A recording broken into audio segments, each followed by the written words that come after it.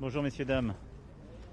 Voilà, nous sommes là avec le ministre de l'Intérieur, que je remercie pour sa mobilisation constante pour être aux côtés de nos pompiers, nos gendarmes, nos élus. Voir dans ce massif qui a été durement touché depuis hier après-midi. Ça fait 24 heures maintenant que nous avons ce premier grand feu de la campagne, il faut bien le dire, estivale, avec une mobilisation extrême qui nous a permis d'éviter le pire. Et je veux ici, au nom de la nation, d'abord remercier l'ensemble de nos pompiers. Plus de 900 pompiers ont été mobilisés en prenant véritablement le maximum d'engagement possible.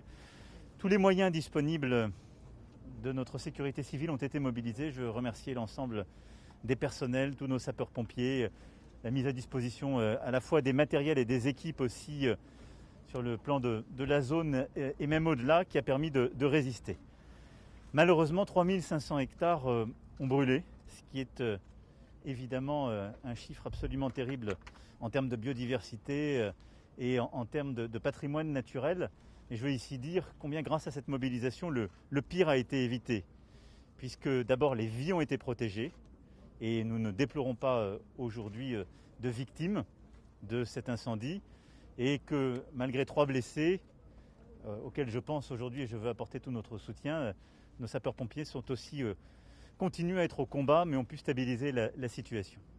Donc c'est le premier point. Merci à nos sapeurs-pompiers, à leur mobilisation, à l'organisation aussi exemplaire qu'il y a derrière. Et je veux ici que nos concitoyens soient bien conscients de ce qu'il y a derrière tout cela. Ce sont des moyens. 11 Canadair ont été mobilisés sur ce feu.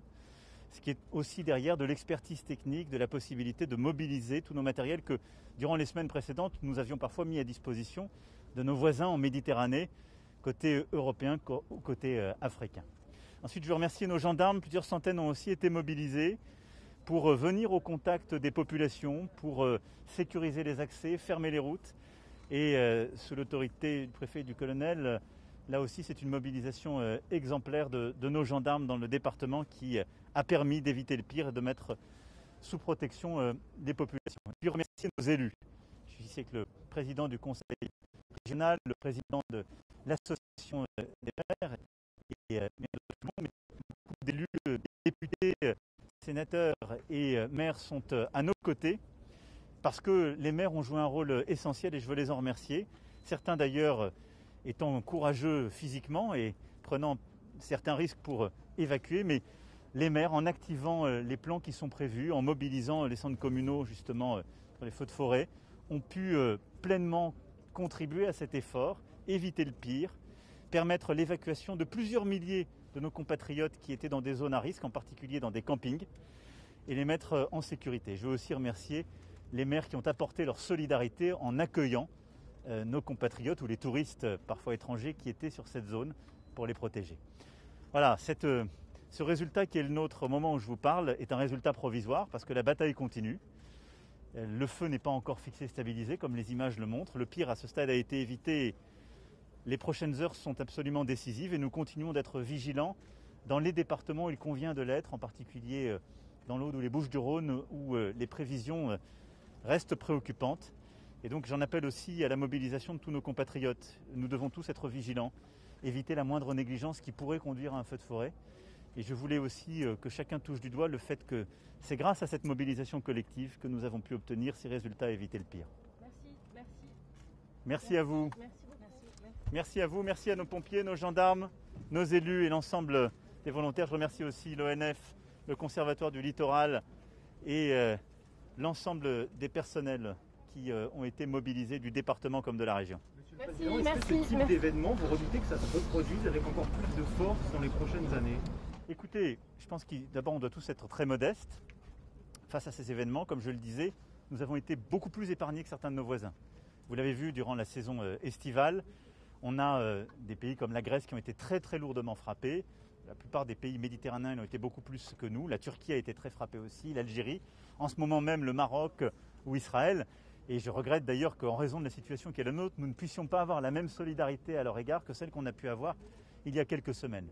Donc il est clair que quand on a de la forte sécheresse et du vent, ce qui sont les deux ingrédients qu'on a retrouvés ici, ces événements se déclenchent. Après, on les connaît, on les a vécus en 2017, en 2003 dans ce même massif, dans les années 90, comme le rappelaient les élus ou les pompiers qui étaient là lors de ces différents événements. Donc je crois qu'il faut avoir l'humilité. D'abord, ça a existé et ça n'est pas un phénomène nouveau. Ce qui est clair, c'est que le dérèglement climatique nous conduira à avoir de tels événements. Ce qu'on observe, c'est qu'on en a en France aussi au nord de la Loire et qu'on en a parfois plus tardivement. Et donc si cette saison des feux commence aujourd'hui, je crois que nous devons être très vigilants. C'est le cas du ministre, du directeur général auprès de lui et de l'ensemble de nos sapeurs-pompiers. Et je remercie aussi le président Allione de sa présence. Et je sais que tous les sapeurs-pompiers sont mobilisés, professionnels comme volontaires. Nous devrons être vigilants dans les semaines qui viennent, y compris peut-être plus tardivement qu'on ne le pense, jusque fin septembre, début octobre. Merci à tous. Merci. Que peut-on attendre de la solidarité nationale ? La solidarité nationale a été au rendez-vous. D'abord, elle a été au niveau de la zone et plus largement, parce que nous avons remobilisé des Canadair qui étaient à disposition d'autres territoires.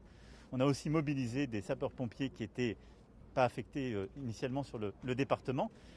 Et c'est d'ailleurs le sens même de l'organisation nationale sous l'autorité du ministre qui est ainsi conçue. Donc la solidarité nationale, ces dernières heures, a été mobilisée sur le plan des matériels et des hommes. Et de la même manière, nous continuerons de la mobiliser. Et si d'autres départements aussi ont de tels besoins, c'est ce qui sera fait. Aujourd'hui, 11 Canadair ont été mobilisés sur ce feu, là où la France dispose de 12 Canadair. Ce qui vous montre à quel point l'effort national a été conséquent sur ce feu, qui était le premier grand feu et dont la taille est extrême.